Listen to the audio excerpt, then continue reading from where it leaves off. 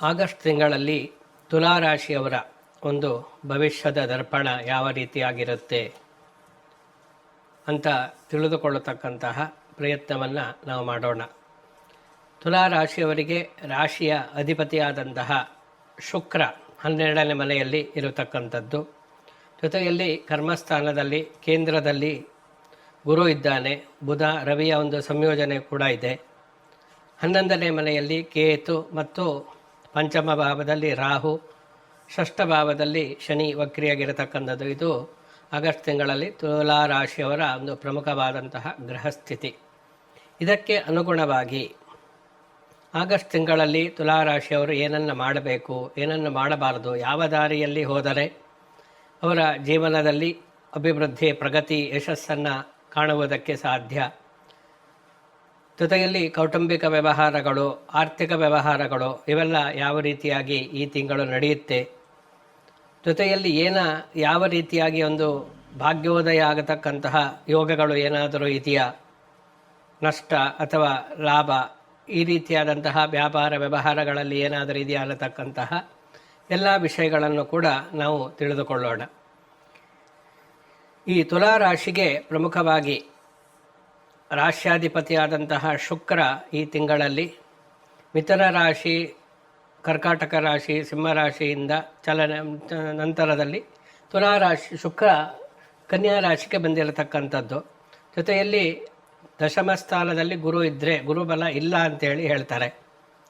ಈ ಎಲ್ಲ ಕಾರಣದಿಂದ ಕೌಟುಂಬಿಕವಾಗಿ ಕುಟುಂಬ ಸ್ಥಾನಾಧಿಪತಿಯಾದಂತಹ ಶುಕ್ರ 9ನೇ ಮನೆಯಲ್ಲಿರುವುದರಿಂದ ಕುಟುಂಬದ ವಿಚಾರಗಳನ್ನು ನಾವು ಪ್ರಮುಖವಾಗಿ ತೆಗೆದುಕೊಳ್ಳಬೇಕು. 2ನೇ ಮನೆ ಅಂದಾಗ ಹೆಚ್ಚು ಕಡಿಮೆ ಈ ತಿಂಗಳು ಮಿಶ್ರ ಫಲಗಳು ತುಲಾರಾಶಿಯವರಿಗೆ ಅಂತೇಳಿ ಹೇಳಬೇಕಾಗುತ್ತೆ. ಕೌಟುಂಬಿಕವಾಗಿ ತೆಗೆದುಕೊಂಡರೆ ತಿಂಗಳ ಪ್ರಥಮ ಭಾಗದಲ್ಲಿ ಕುಟುಂಬದಲ್ಲಿ ಸಾಮಾನ್ಯವಾದಂತಹ ಸುಖ ಸಂಭ್ರಮ ಇರುತ್ತೆ. ಆದರೆ ತಿಂಗಳ ಅಂತ್ಯದಲ್ಲಿ ವಿಶೇಷವಾಗಿ ಕುಟುಂಬದಲ್ಲಿ ಸಂಭ್ರಮ, ಶುಭ ಕಾರ್ಯಗಳು, ಹಬ್ಬ ಹರಿದಿನಗಳ ಒಂದು ವಿಶೇಷವಾದಂತಹ ಸಂತೋಷಯುತವಾದಂತಹ ಜೀವನವನ್ನು ಕುಟುಂಬದಲ್ಲಿ ಕಾಣಲಿಕ್ಕೆ ಸಾಧ್ಯ ಇದೆ. ಜೊತೆಯಲ್ಲಿ ಕುಟುಂಬದಲ್ಲಿ ನಿಂತು ಹೋದಂತಹ ಕಾರ್ಯಗಳೆಲ್ಲವೂ ಕೂಡ ಪುನರ್ಚಾಲನೆಯನ್ನು ಹೊಂದತಕ್ಕಂತಹ, ಅಂದರೆ ಪುನಃ ಪ್ರಾರಂಭ ಆಗತಕ್ಕಂತಹ ಯೋಗವು ಕೂಡ ಈ ರಾಶಿಯವರಿಗೆ ಇದೆ. ಯಾವುದೋ ಶುಭ ಕಾರ್ಯ ನಿಂತಿದ್ದರೆ ಈ ತಿಂಗಳಲ್ಲಿ ಅದು ಪುನಃ ಪ್ರಾರಂಭ ಮಾಡತಕ್ಕಂತಹ ಯೋಗ ಬದಿಗೆ ಬರತಕ್ಕಂತಹ ಒಂದು ವಿಶೇಷವಾದಂತಹ ಲಕ್ಷಣಗಳು ಕೂಡ ಪ್ರಮುಖವಾಗಿ ಕಂಡು ಬರ್ತಾ ಇದೆ. ಆರ್ಥಿಕವಾದಂತಹ ವ್ಯವಹಾರಗಳು ಎಲ್ಲವೂ ಕೂಡ ಈ ತಿಂಗಳಲ್ಲಿ ಲಾಭದಲ್ಲಿ ಇರತಕ್ಕಂತಹ ಕೇತುವಿನ ಕಾರಣದಿಂದ ಬಂದಂತಹ ಹಣ ಬರದೇ ಇರತಕ್ಕಂಥದ್ದು, ಅಂದರೆ ಇನ್ನೇನು ಬರುತ್ತೆ ನಿಮಗೆ ಯಾವುದೋ ಒಂದು ಆರ್ಥಿಕ ಮೂಲದಿಂದ ಹಣ ಬರಬಹುದು ಅನ್ನತಕ್ಕಂಥದ್ದನ್ನು ನೀವು ಅಂದುಕೊಂಡಿರ್ತೀರಿ. ಅದು ಕೊನೆಯ ಹಂತದಲ್ಲಿ ಕೈ ತಪ್ಪತಕ್ಕಂತಹ ಸಾಧ್ಯತೆಗಳು ಪ್ರಮುಖವಾಗಿ ಏಕಾದಶದಲ್ಲಿರ್ತಕ್ಕಂತಹ ಕೇತುವಿನ ಕಾರಣದಿಂದ ಉಂಟಾಗ್ತಾ ಇದೆ. ಜೊತೆಯಲ್ಲಿ ಕರ್ಮಸ್ಥಾನದಲ್ಲೂ ಕೂಡ ರಾಶ್ಯಾಧಿಪತಿಯಾಗಿರ್ತಕ್ಕಂತಹ ಶುಕ್ರನ ಶತ್ರುವಾಗಿರ್ತಕ್ಕಂತಹ ಗುರು ಅಲ್ಲಿ ಇರುವುದರಿಂದ ಕೆಲವೊಂದು ಕರ್ಮ ಸಂಬಂಧಿತ, ಅಂದರೆ ಕೆಲಸಕ್ಕೆ ಸಂಬಂಧಪಟ್ಟಂತೆ ಕೆಲವೊಂದು ಕಿರಿಕಿರಿ ಉಂಟಾಗತಕ್ಕಂತಹ ಸಾಧ್ಯತೆಗಳು ಕೂಡ ಉಂಟು. ಅಂದರೆ ಕೆಲಸ ಬಿಡಬೇಕು ಅನ್ನತಕ್ಕಂತಹ ಒಂದು ಮನಸ್ಸು ಬರ್ಬೋದು, ಅಥವಾ ಅಲ್ಲಿಯ ವಾತಾವರಣ ಚೆನ್ನಾಗಿಲ್ಲ, ಅಥವಾ ನಮ್ಮ ಕೆಲಸವನ್ನು ಯಾರೂ ಗುರುತಿಸ್ತಾ ಇಲ್ಲ, ಈ ರೀತಿಯಾದಂತಹ ಕೆಲವೊಂದು ನಿರಾಸೆ ಉಂಟಾಗಬಹುದು. ಅಥವಾ ನೀವು ಎಷ್ಟೇ ಕಷ್ಟಪಟ್ಟರೂ ಕೂಡ ನಿಮ್ಮ ಕೆಲಸಕ್ಕೆ, ಪರಿಶ್ರಮಕ್ಕೆ ಸರಿಯಾಗಿರತಕ್ಕಂತಹ ಪ್ರತಿಫಲ ಸಿಗ್ತಾ ಇಲ್ಲ, ಎಷ್ಟು ಕಷ್ಟಪಟ್ಟರೂ ಇಷ್ಟೇ ಅನ್ನತಕ್ಕಂತಹ ಒಂದು ಪರಿಸ್ಥಿತಿ ಉಂಟಾಗ್ಬೋದು. ಇದೆಲ್ಲ ಕೆಲಸಕ್ಕೆ ಸಂಬಂಧಪಟ್ಟಂಥ, ಉದ್ಯೋಗಕ್ಕೆ ಸಂಬಂಧಪಟ್ಟಂತಹ ವಿಚಾರಗಳು ತುಲಾರಾಶಿಯವರಿಗೆ ಈ ತಿಂಗಳಲ್ಲಿ ಅನುಭವಕ್ಕೆ ಬರುತ್ತೆ. ಸ್ವಲ್ಪ ನಿರಾಸೆ ಉಂಟಾದರೂ ಕೂಡ ಮುಂದಿನ ದಿನಗಳಲ್ಲಿ ಉತ್ತಮವಾದಂತಹ ಒಂದು ಬೆಳವಣಿಗೆ ಆಗುವುದರಿಂದ ಆ ಆಶಾಕಿರಣವನ್ನು ಇಟ್ಟುಕೊಂಡು ಜೀವನವನ್ನು ನಿರ್ವಹಿಸ್ತಕ್ಕಂಥದ್ದು ಒಳ್ಳೆಯದು ತುಲಾರಾಶಿಯವರಿಗೆ. ವ್ಯಾಪಾರ ವ್ಯವಹಾರದಲ್ಲಿ ಅಷ್ಟೇ, ಯಾವುದೇ ಓನ್ ಬಿಸ್ನೆಸ್ ನೀವು ಮಾಡ್ತಾ ಇದ್ದರೆ ಅಥವಾ ಪಾರ್ಟ್ನರ್ಶಿಪ್ ಇರ್ಬೋದು, ಇನ್ನಿತರ ವ್ಯವಹಾರಗಳನ್ನು ಮಾಡ್ತಾ ಇದ್ದರೆ ಸ್ವಲ್ಪ ಕುಂಠಿತ ಆಗ್ಬೋದು, ಲಾಭದ ಒಂದು ಪ್ರಮಾಣ ಅನ್ನತಕ್ಕಂಥದ್ದು ಇಳಿಮುಖ ಆಗ್ಬೋದು. ನಿರಾಶರಾಗಬೇಡಿ. ಕುಲದೇವರನ್ನು ಆರಾಧಿಸುವುದರಿಂದ ಕಷ್ಟ ಕಾರ್ಪಣ್ಯಗಳು, ಆರ್ಥಿಕವಾದಂತಹ ಸಂಕಷ್ಟಗಳೆಲ್ಲವೂ ಕೂಡ ನಿವಾರಣೆ ಆಗುತ್ತೆ. ಅದರಲ್ಲೂ ಈ ವ್ಯವಹಾರ, ಸ್ವಂತ ಬಿಸ್ನೆಸ್ಸನ್ನು ಮಾಡ್ತಕ್ಕಂಥವರಿಗೆ ಸ್ವಲ್ಪ ಟೆನ್ಷನ್ ಉಂಟಾಗ್ಬೋದು. ಯಾಕೆ ಈ ರೀತಿ ಆಗ್ತಾ ಇದೆ ಅನ್ನತಕ್ಕಂಥದ್ದು ಸಮಾಧಾನವಾಗಿ ಇದ್ದರೆ ಒಳ್ಳೆಯದು. ಯಾಕೆಂದರೆ ಮುಂದೆ ಒಳ್ಳೆಯ ದಿನಗಳು, ಗುರು 11ನೇ ಮನೆಗೆ ಬಂದಾಗ ಆರ್ಥಿಕವಾದಂತಹ ಒಂದು ಅಭಿವೃದ್ಧಿ ಆಗುತ್ತೆ. ಈಗ ಕಳ್ಕೊಂಡಿದ್ದೆಲ್ಲ ಆಗ ನೀವು ಗಳಿಸುವುದಕ್ಕೆ ಸಾಧ್ಯ ಆಗುತ್ತೆ. ಅದರಿಂದ ಆ ಸಮಯಕ್ಕೆ ಅಂದರೆ ಅಕ್ಟೋಬರ್ವರೆಗೂ ಕೂಡ ಕಾಯ್ತಾ ಇರತಕ್ಕಂಥದ್ದು ಒಳ್ಳೆಯದು. ಹೊಸದಾಗಿ ಏನು ಇನ್ವೆಸ್ಟ್ಮೆಂಟ್ ಮಾಡೋದಕ್ಕೆ ಹೋಗಬೇಡಿ, ಟೈಮ್ ಚೆನ್ನಾಗಿಲ್ಲ. ಯಾಕೆಂದರೆ 6ನೇ ಮನೆಯಲ್ಲೂ ಕೂಡ ಶನಿ ಇರತಕ್ಕಂಥದ್ದು, ಅಂದರೆ 4 ಮತ್ತು 5ನೇ ಮನೆಯ ಅಧಿಪತಿಯಾದಂತಹ ಶನಿ 6ನೇ ಮನೆ ದುಸ್ಥಾನದಲ್ಲಿ ಇದ್ದಾನೆ. ಈ 2 ಕಾಲದಿಂದ ನಿಮ್ಮ ನಂಬಿಕಸ್ಥರು ಅಂತ ಏನು ಅಂದುಕೊಂಡಿರ್ತೀರ ಅವರಿಂದಲೇ ನಿಮಗೆ ತೊಂದರೆ ಆಗತಕ್ಕಂಥದ್ದು, ನಂಬಿಸಿ ಕತ್ತು ಕೊಯ್ಯತಕ್ಕಂತಹ ಸಂದರ್ಭಗಳು, ಹಿತಶತ್ರುಗಳ ಕಾಟ ಇದೆಲ್ಲ ಉಂಟಾಗಬಹುದು. ನಿಮ್ಮ ಯಾವುದೇ ಕ್ಷೇತ್ರದಲ್ಲಿ ಕೌಟುಂಬಿಕವಾಗಿ, ಸಾರ್ವಜನಿಕವಾಗಿ, ಆರ್ಥಿಕವಾಗಿ, ವ್ಯವಹಾರದಲ್ಲಿ ಇಂತಹದ್ದೆಲ್ಲ. ಆದ್ದರಿಂದ ಆ ವಿಚಾರದಲ್ಲಿ ಸ್ವಲ್ಪ ಎಚ್ಚರಿಕೆಯಿಂದ ಇರತಕ್ಕಂಥದ್ದು ತುಂಬ ಒಳ್ಳೆಯದು ಅನ್ನತಕ್ಕಂಥದ್ದು ಇಲ್ಲಿ ಪ್ರಮುಖವಾಗಿ ಗಮನಿಸಬೇಕಾದಂತಹ ಅಂಶ. ಜೀವನದಲ್ಲಿ ಸೋಲು, ನಷ್ಟ ಮತ್ತು ಕಷ್ಟಗಳು ಕಾಡುತ್ತಿವೆಯೇ? ಪರಿಹಾರವಿಲ್ಲದೆ ಕಂಗಾಲಾಗಿದ್ದೀರಾ? ನಿಮ್ಮ ಎಲ್ಲ ಸಮಸ್ಯೆಗಳಿಗೆ ಈಗಲೇ ಸಿಗಲಿದೆ ನಿಖರವಾದ ಜ್ಯೋತಿಷ್ಯ ಮಾರ್ಗದರ್ಶನ. ಉದ್ಯೋಗ, ವ್ಯಾಪಾರ, ಪ್ರೀತಿ ಅಥವಾ ಮದುವೆ ಸಮಸ್ಯೆ? ಜಾತಕ ವಿಶ್ಲೇಷಣೆ ಮತ್ತು ಪರಿಣಾಮಕಾರಿ ಪರಿಹಾರಕ್ಕಾಗಿ ಇಂದೇ ಸಂಪರ್ಕಿಸಿ.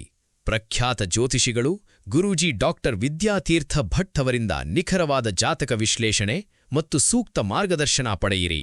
ಇಂದೇ ಕರೆ ಮಾಡಿ ನಿಮ್ಮ ಅದೃಷ್ಟದ ಬಾಗಿಲನ್ನು ತೆರೆಯಿರಿ. ಫೋನ್ ಸಂಖ್ಯೆ 9900753555. ಇನ್ನು ಎಷ್ಟೋ ಕುಟುಂಬಗಳಲ್ಲಿ ವಿವಾಹದ ವಿಷಯ ಅಂತ ನಾವು ತೆಗೆದುಕೊಂಡ ಸಮಸ್ಯೆಗಳು ಇದೆ. ಮಗಳಿಗೆ ವಯಸ್ಸಿಗೆ ಬಂದ ಮಗಳಿಗೆ ಮದುವೆ ಆಗ್ತಾ ಇಲ್ಲ, ಮಗನಿಗೆ ಮದುವೆ ಆಗ್ತಾ ಇಲ್ಲ, ಸೂಕ್ತವಾದ ಸಂಬಂಧಗಳು ಕೂಡಿ ಬರ್ತಾ ಇಲ್ಲ, ಇವೆಲ್ಲವನ್ನ ಹೇಳ್ತಾರೆ. ಯಾಕೆ ಈ ರೀತಿ ಆಗುತ್ತೆ? ಮೂಲ ಜಾತಕವನ್ನು ಗಮನಿಸಿಕೊಳ್ಳುವುದಿಲ್ಲ. ಮೂಲ ಜಾತಕದಲ್ಲಿ ಏನಾದರೂ ದೋಷಗಳಿದ್ದರೆ ಅದಕ್ಕೆ ಸಂಬಂಧಪಟ್ಟಂತಹ ಪ್ರತಿಬಂಧಕವನ್ನು ಒಡ್ಡತಕ್ಕಂತಹ, ಅಂದರೆ ಅಡೆತಡೆಗಳು ಮದುವೆಗೆ, ಅಂತಹ ದೋಷಗಳಿದ್ದರೆ ಗೋಚಾರದಲ್ಲಿ ಎಷ್ಟೇ ಚೆನ್ನಾಗಿ ಗುರುಬಲ ಇದ್ದು ಎಷ್ಟೇ ಚೆನ್ನಾಗಿದ್ದರೂ ಕೂಡ ಏನು ಪ್ರಯೋಜನಕ್ಕೆ ಬರುವುದಿಲ್ಲ. ಅದರಿಂದ ಮೂಲ ಜಾತಕವನ್ನು ಗಮನಿಸಿಕೊಳ್ಳತಕ್ಕಂಥದ್ದು ಆಗಾಗ ತುಂಬ ಮುಖ್ಯ. ಯಾಕೆಂದರೆ ಅದರಲ್ಲಿ ಯಾವ ದಶಾಭಕ್ತಿ ನಡೀತಾ ಇದೆ, ಯಾವ ವಿವಾಹಕಾರಕವಾದ ಗ್ರಹ ಎಲ್ಲಿದೆ, ಶುಕ್ರ ಎಲ್ಲಿದ್ದಾನೆ, ಇವೆಲ್ಲವನ್ನು ನೋಡಬೇಕಾಗತ್ತೆ. ನಂತರದಲ್ಲಿ ಮಾಸ ಭವಿಷ್ಯವನ್ನು ತಿಳಿದುಕೊಳ್ಳತಕ್ಕಂಥದ್ದು. ಇದು ಚೆನ್ನಾಗಿದ್ದರೂ ಅಲ್ಲಿ ಚೆನ್ನಾಗಿಲ್ಲದೆ ಇದ್ರೆ ಪ್ರಯೋಜನ ಇಲ್ಲ. ಅದರಿಂದ ಮೂಲ ಜಾತಕವನ್ನು ಆಗಾಗ ಪರಿಶೀಲನೆಯನ್ನೇ ಮಾಡಿಕೊಂಡು ಏನಾದರೂ ದೋಷಗಳಿದ್ದ ಪರಿಹಾರ ಮಾಡಿಕೊಳ್ತಾ ಇರಬೇಕಾಗುತ್ತೆ. ಈ ವಿವಾಹದ ವಿಷಯವನ್ನು ನಾವು ತೆಗೆದುಕೊಂಡರೂ ಕೂಡ ಸಪ್ತಮಾಧಿಪತಿಯಾದಂತಹ ಕುಜ ತುಲಾರಾಶಿಗೆ ಅವನು ಭಾಗ್ಯದಲ್ಲಿ ಇರುವುದರಿಂದ ಭಾಗ್ಯೋದಯ ಆಗುತ್ತೆ. ಅಂದರೆ ಅವಿವಾಹಿತರಿಗೆ ವಿವಾಹ ಆಗತಕ್ಕಂತಹ ಯೋಗ ಇದೆ. ಸೂಕ್ತವಾದಂತಹ ಸಂಬಂಧಗಳು ಕೂಡಿ ಬಂದು ಆ ಮೂಲಕ ವಿವಾಹ ನಿಶ್ಚಯವಾಗತಕ್ಕಂತಹ ಯೋಗವು ಕೂಡ ಪ್ರಮುಖವಾಗಿ ಕಂಡುಬರ್ತಾ ಇದೆ. ಸಪ್ತಮಾಧಿಪತಿ ಭಾಗ್ಯದಲ್ಲಿ ಇರುವುದರಿಂದ ಇಂತಹ ವಿವಾಹಕ್ಕೆ ಸಂಬಂಧಪಟ್ಟಂತೆ ಸಕಾರಾತ್ಮಕವಾದಂತಹ ಬೆಳವಣಿಗೆ ನಿಮ್ಮ ಜೀವನದಲ್ಲಿ ಆಗುತ್ತೆ. ವೈವಾಹಿಕವಾದಂತಹ ಸುಖ ಇನ್ನೂ ಜಾಸ್ತಿ ಆಗುತ್ತೆ. ದಾಂಪತ್ಯ ಜೀವನದಲ್ಲಿ ಅನ್ಯೋನ್ಯತೆಯಿಂದ ಪ್ರೀತಿಯಿಂದ ಜೀವನವನ್ನು ಮಾಡತಕ್ಕಂತಹ, ಎಷ್ಟೇ ಯಾಂತ್ರಿಕವಾದಂತಹ ಜೀವನ ಇದ್ದರೂ ಕೂಡ ಅದರ ಜೊತೆಯಲ್ಲಿ ಪ್ರೀತಿಯಿಂದ ವ್ಯವಹಾರವನ್ನು, ದಾಂಪತ್ಯ ಜೀವನವನ್ನು ಮಾಡತಕ್ಕಂತಹ ಯೋಗವು ಕೂಡ ತುಲಾರಾಶಿಯವರಿಗೆ ಇದೆ. ಈ ಕಾಲದ ಒಂದು ಯಾಂತ್ರಿಕ ಯಾವಾಗಲೂ ಕೆಲಸಕ್ಕೆ ಸಂಬಂಧಪಟ್ಟಂತಹ ಟೆನ್ಷನ್ನು, ಸ್ಟ್ರೆಸ್ಸು ಎಲ್ಲ ಕಾರಣದಿಂದ ಮನೆ ಅಥವಾ ದಾಂಪತ್ಯ ಜೀವನದಲ್ಲಿ ಎಷ್ಟೊಂದು ತೊಡಗಿಸಿಕೊಳ್ಳುವುದಕ್ಕೆ ಆಗೋದಿಲ್ಲ. ಆದರೆ ಇಂತಹ ಕೆಲವೊಂದು ಗ್ರಹಸ್ಥಿತಿಗಳು ಇದ್ದಾಗ ಆ ಒತ್ತಡದಲ್ಲಿಯೂ ಕೂಡ ಸುಖವಾಗಿ ಸಂತೋಷವಾಗಿರತಕ್ಕಂತಹ ಯೋಗ ಕೆಲವರಿಗೆ ಇರುತ್ತೆ. ಅದು ಈ ತುಲಾರಾಶಿಯವರಿಗೆ ಇದೆ ಅಂತ ಹೇಳಿ ಅರ್ಥ. ಆದ್ದರಿಂದ ಈ ವೈವಾಹಿಕ ಜೀವನ, ದಾಂಪತ್ಯ ಜೀವನಕ್ಕೆ ಸಂಬಂಧಪಟ್ಟಂತೆ ಕೆಲವೊಂದು ಉತ್ತಮವಾದಂತಹ ಅಂಶಗಳು ಈ ತಿಂಗಳಲ್ಲಿ ನಿಮ್ಮ ಜೀವನದಲ್ಲಿ ನಡೀತಕ್ಕಂಥದ್ದು ಕಂಡುಬರುತ್ತೆ. ಇನ್ನು ಆಸ್ತಿ ವಿಚಾರಗಳು ಅಂತ ನಾವು ತೆಗೆದುಕೊಂಡಾಗ ಆಸ್ತಿಗೆ ಸಂಬಂಧಪಟ್ಟಂತೆ ವಿವಾದಗಳು ಇರುತ್ತೆ. ಕೆಲವೊಂದು ಕಡೆ ಆಸ್ತಿ ಖರೀದಿ ಮಾಡಿ ಅದನ್ನು ಕೆಲವೊಂದು ಉಪಯೋಗಕ್ಕೆ, ಅಂದರೆ ಅದನ್ನು ಡೆವಲಪರ್ಸ್, ನೀವು ಕೃಷಿ ಭೂಮಿಯನ್ನು ಖರೀದಿ ಮಾಡಿ ಅದನ್ನು ಸೈಟ್ಗಳಾಗಿ ಪರಿವರ್ತನೆ ಮಾಡಿ ಮಾರಾಟ ಮಾಡತಕ್ಕಂತಹ ವ್ಯವಹಾರ ಯಾರು ಮಾಡ್ತಾ ಇದ್ದಾರೋ ಅಂಥವರಿಗೆ ಚತುರ್ಥಾಧಿಪತಿ ಅಷ್ಟು ಶತ್ರುಗಳಿಂದ ತೊಂದರೆ ಆಗುತ್ತೆ. ಯಾಕೆಂದರೆ ಅವೆಲ್ಲ ಗೃಹ ಸೌಖ್ಯವನ್ನು ಚತುರ್ಥ ಸ್ಥಾನದಿಂದ ನೋಡಬೇಕು ಅಂತೇಳಿ ಹೇಳುತ್ತೆ ಜ್ಯೋತಿಷ್ಯ. ಅದರಿಂದ ಅದಕ್ಕೆ ಸಂಬಂಧಪಟ್ಟಂತೆ ಕೆಲವೊಂದು ಅಡೆತಡೆಗಳು ಬಂದು ಆ ಮೂಲಕ ಅಂತಹ ಕೆಲಸಗಳು, ಸರ್ಕಾರ ಕೆಲಸಗಳು, ಆಸ್ತಿಗೆ ಸಂಬಂಧಪಟ್ಟಂತೆ ಅರ್ಧದಲ್ಲೇ ನಿಂತು ಹೋಗತಕ್ಕಂತಹ ಸಂದರ್ಭಗಳು ಕೂಡ ಇದೆ. ಆದ್ದರಿಂದ ಈ ಭೂಮಿಗೆ ಸಂಬಂಧಪಟ್ಟಂತಹ ಕೆಲವೊಂದು ವ್ಯವಹಾರಗಳು ಏನಾದರೂ ಇದ್ದರೆ ಅದನ್ನು ಸ್ವಲ್ಪ ಮುಂದಕ್ಕೆ ಪೋಸ್ಟ್ ಪೋನ್ ಮಾಡತಕ್ಕಂಥದ್ದು ಒಳ್ಳೆಯದು. ಮುಂದೆ ಸಿಂಹರಾಶಿಗೆ ಗುರು ಬಂದಾಗ ಅಂತಹ ವ್ಯವಹಾರಗಳನ್ನು ಮಾಡತಕ್ಕಂಥದ್ರಿಂದ ನಿಮ್ಮ ಒಂದು ಕೆಲಸ ಬೇಗ ಆಗಿಬಿಡುತ್ತೆ, ವಿಳಂಬ ಆಗುವುದಿಲ್ಲ.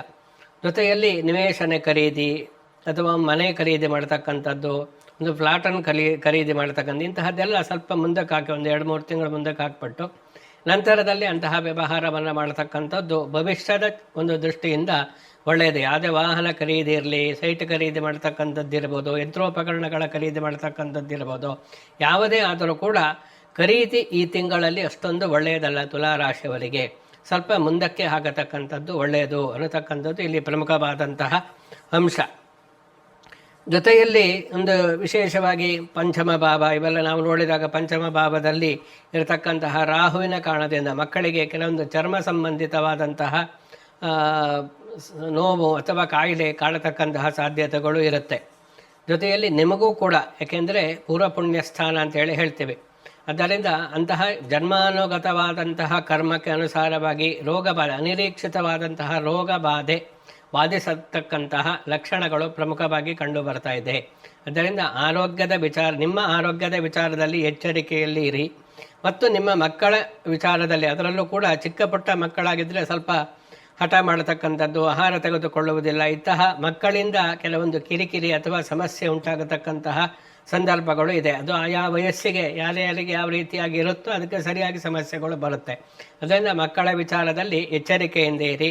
ವಿದ್ಯಾಭ್ಯಾಸದ ಕಡೆ ಗಮನವನ್ನು ಕೊಡಿ. ಮಕ್ಕಳ ಬಗ್ಗೆ ನಿರ್ಲಕ್ಷ್ಯ ಮಾಡಬೇಡಿ. ನಿಮಗೆ ಎಷ್ಟೇ ಕೆಲಸ ಇರಲಿ, ಎಷ್ಟೇ ಒತ್ತಡ ಇದ್ದರೂ ಕೂಡ ಮಕ್ಕಳ ಒಂದು ಬೆಳವಣಿಗೆ, ಅವರ ಒಂದು ಏನೈತೆ ಪ್ರೋಗ್ರೆಸ್ ಯಾವ ರೀತಿ ಇದೆ ಅನ್ನತಕ್ಕಂಥದ್ದು ಆಗಾಗ ನೀವು ಪೋಷಕರಾಗಿ ಗಮನಿಸ್ತಕ್ಕಂಥದ್ದು ತುಂಬ ಮುಖ್ಯ. ಯಾಕೆಂದರೆ ತುಲಾರಾಶಿಯವರಿಗೆ ಮಕ್ಕಳಿಂದ ಕೆಲವೊಂದು ಕಿರಿಕಿರಿ ಅಸಮಾಧಾನ ಉಂಟಾಗತಕ್ಕಂತಹ ಸಂದರ್ಭಗಳು ಇಲ್ಲಿ ಕಂಡು ಬರ್ತಾ ಇರುವುದರಿಂದ ಮಕ್ಕಳ ಬಗ್ಗೆ ವಿಶೇಷವಾದಂತಹ ಗಮನವನ್ನು ಇಡತಕ್ಕಂಥದ್ದು ಇಲ್ಲಿ ತುಂಬ ಮುಖ್ಯವಾಗುತ್ತೆ. ಆದ್ದರಿಂದ ಅದನ್ನು ಗಮನಿಸಬೇಕಾಗುತ್ತೆ.